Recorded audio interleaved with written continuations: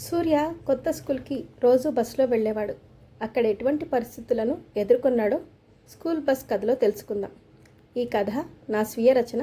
మీరు విని ఆనందించి లైక్, షేర్ మరియు సబ్స్క్రైబ్ చేయండి. కథలోకి వెళ్దాం.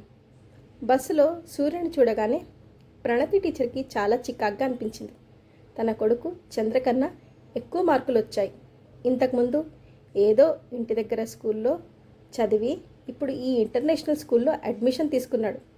వీడిని చూస్తేనే నాకు చాలా కోపం వస్తుంది అని మనసులో అనుకుంటూ, రా సూర్య, వచ్చి చంద్ర పక్కన కూర్చో అని లేని ప్రేమ ఒలకబోస్తూ చెప్పి చెవిలో ఇయర్ బడ్స్ పెట్టుకొని ఫోన్లో షార్ట్స్ చూడటం మొదలుపెట్టింది. సూర్య చదువు పట్ల గౌరవం ఉన్న అబ్బాయి.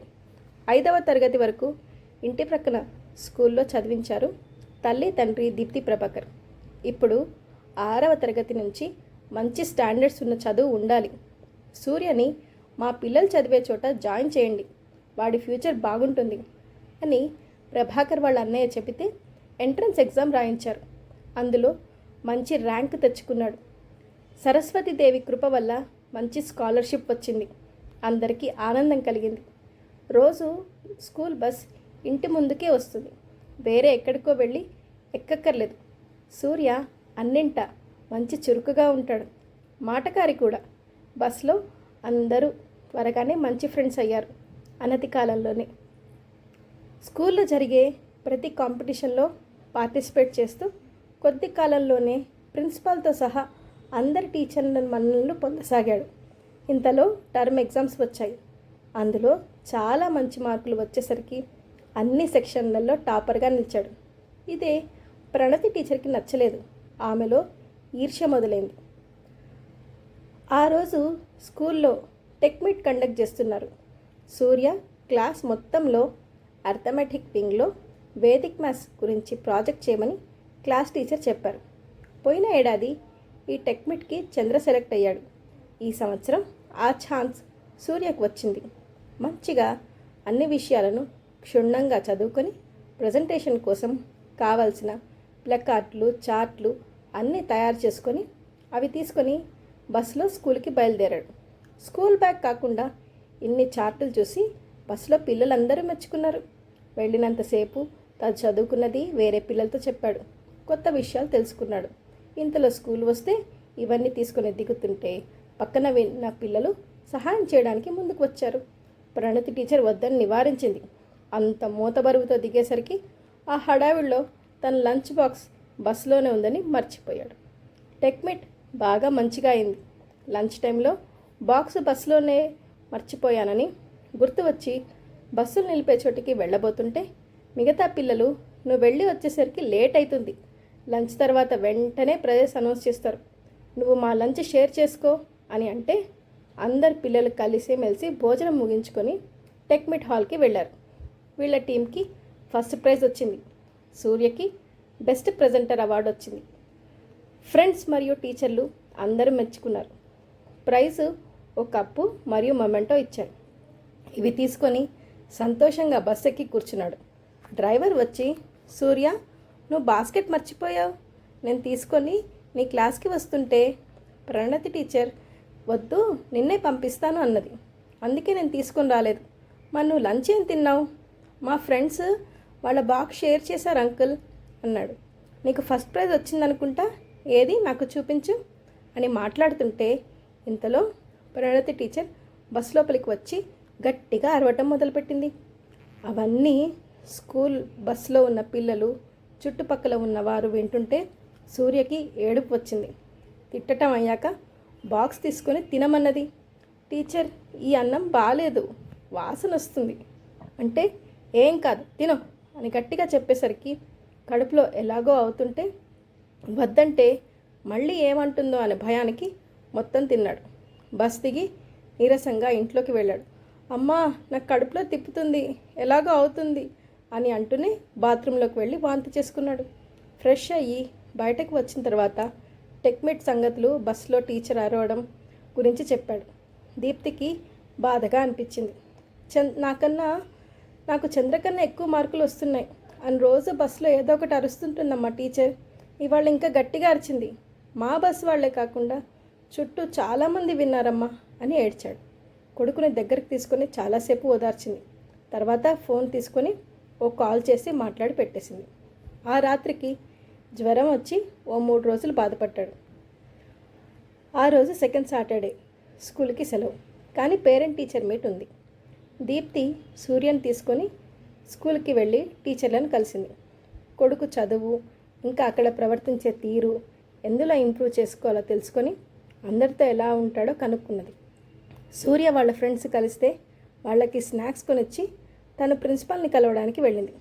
నమస్కారం మేడం, నేను 6th క్లాస్ చదివే సూర్య వాళ్ళ అమ్మని. మీతో కొంచెం మాట్లాడాలి. మాకు మీ స్కూల్ బాగా నచ్చింది. బాబు కూడా అన్ని యాక్టివిటీస్లో పార్టిసిపేట్ చేస్తున్నాడు. మొన్న జరిగిన టెక్ మీట్లో అందరూ మెచ్చుకున్నారని క్లాస్ టీచర్ చెప్పారు.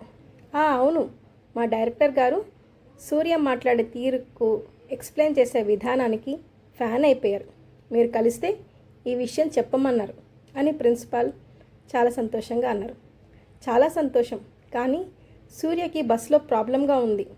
ప్రణతి టీచర్ వల్ల వారికి ఒక కొడుకు కంటే వీడికి ఎక్కువ మార్కులు వస్తున్నాయి అని, అయిన దానికి కాని వాటికి కోప్పడుతున్నారంట.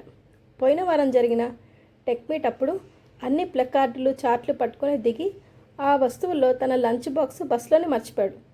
లంచ్ టైంకి బస్ దగ్గరికి వెళ్ళి తెచ్చుకుందాం అనుకుంటే మళ్ళీ వెంటనే పిలిస్తే వెళ్ళాలి అని మిగతా పిల్లలు చెప్పారంట. వాళ్ళు లంచ్ షేర్ చేస్తే తిన్నాడు.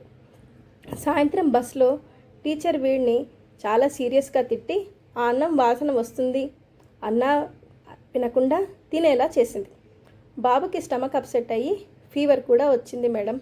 నేను చెప్పేది మీరు నమ్మకపోతే బస్ డ్రైవర్ మదన్ని పిలిచి అడగండి. నేను వారితో మాట్లాడాను. మా అబ్బాయి చెప్పినది, మదన్ చెప్పింది ఒక్కటే. నేను అనవసరంగా ఒక టీచర్పై నెపం వేయటం లేదు అని చెప్పి బయటకు వచ్చి సూర్యతో పాటు ఇంటికి వెళ్ళింది. ఆ రోజు ప్రిన్సిపల్ ప్రణతి మేడంని ఆఫీస్ రూమ్కి పిలిపించి, మేడం, ఈ పద్ధతి ఏం బాలేదు. ఇలా ఉంటే స్కూల్లో పిల్లల్లో ఇంకా స్ట్రెస్ ఎక్కువ అవుతుంది. బస్సులో పిల్లలకి చిన్నగా మాట్లాడమని చెప్పొచ్చు, లేకపోతే కామ్గా ఉండమని చెప్పొచ్చు. మీరెందుకు మేడం అంత ఓవర్ రియాక్ట్ అయ్యి పిల్లల్ని అరుస్తున్నారు? చాలా తప్పు. మీ గురించి ఇదివరకు కూడా కంప్లైంట్స్ వచ్చాయి. నేను మీతో మాట్లాడాను కూడా. అది మర్చిపోయారా? ఏదోలే అని లైట్గా తీసుకున్నారా? ఈసారి కంప్లైంట్ చాలా సీరియస్గా ఉంది. అబ్బాయి మదర్ మంచిది కాబట్టి మనపై పోలీస్ కంప్లైంట్ ఇవ్వలేదు, నా మీద ఉన్న నమ్మకం వల్ల అని చెబుతుంటే, లేదు మేడం, నేనేం అనలేదు, మీకెవరో రాంగ్ ఇన్ఫర్మేషన్ ఇచ్చినట్టున్నారు. అవునా, సరే ఈ వీడియోలు చూడండి అని మొబైల్ చూపెట్టింది. టీచర్ బస్లో ఉన్న పిల్లల్ని ఇంకా సూర్యని చిన్న చిన్న విషయాలకు కూడా పెద్దగా అరుస్తున్న కొన్ని వీడియోలు. అవి చూసేసరికి ఏం మాట్లాడాలో తెలవక టీచర్ కంగు తిన్నది. మేడం, ఈ వీడియోలు ఎవరు తీశారు, ఎప్పుడు తీశారు అని అడిగితే, అవన్నీ మీకు అనవసరం, ఇందులో ఉన్నది మీరు, అది నిజం. మీరు మాట్లాడే మాటలు, ఒక టీచర్ ఇలా ఉంటారా? ఇటువంటి మళ్ళీ రిపీట్ అయితే మిమ్మల్ని మేము స్కూల్ నుంచి తీసేయాల్సి వస్తుంది, ఓకేనా? మీరు మంచి టీచర్ అని ఇంతకాలం ఏమీ అనలేదు, కానీ మీ అబ్బాయి కంటే వేరే పిల్లలు కొంచెం చురుకుగా మంచిగా ఉంటే ఆ పిల్లల్ని మీరు ఇట్లా ఇబ్బంది పెట్టడం కరెక్ట్ పద్ధతి కాదు. మాతృదేవ భవ ఆచార్య దేవ భవ అని ఎందుకంటారు? మీరు అమ్మ, ఆ తర్వాతే టీచర్. ఆ 2 లక్షణాలు మీలో ఏ మాత్రం లేవు. ఏదో పెద్ద బెదిరిస్తున్నారు. ఇది కరెక్ట్ కాదు. మిమ్మల్ని మీరు కరెక్ట్ చేసుకోండి, సరేనా? నేను కావాలంటే మిమ్మల్ని ఇప్పుడే సస్పెండ్ చేయవచ్చు, కానీ ఆ ఇంపాక్ట్ చంద్ర మీద ఎప్పటికీ ఉంటుంది. అలా చేయటం లేదు అని ఫైనల్ వార్నింగ్ ఇచ్చి పంపించారు. ప్రిన్సిపాల్ ఆ రోజు మదన్ ద్వారా జరిగినది తెలుసుకున్నారు. టీచర్ అనవసరంగా ఎవరినైనా మాటలంటే వీడియో తీసి తనకి డైరెక్ట్గా పంపమని చెప్పారు. అదే చేశారు మదన్. ఆ తర్వాత ప్రణతి టీచర్ బస్లో ఎవరిని ఏమీ అనవసరంగా తిట్టలేదు, అందరితో మంచిగా ఉండసాగింది. సూర్య మనసులో అమ్మకి థ్యాంక్స్ చెప్పుకున్నాడు. కొన్నాళ్ళకి స్కూల్ బస్సులో కూడా సీసీటీవీ కెమెరాలు ఏర్పాటు చేశారు.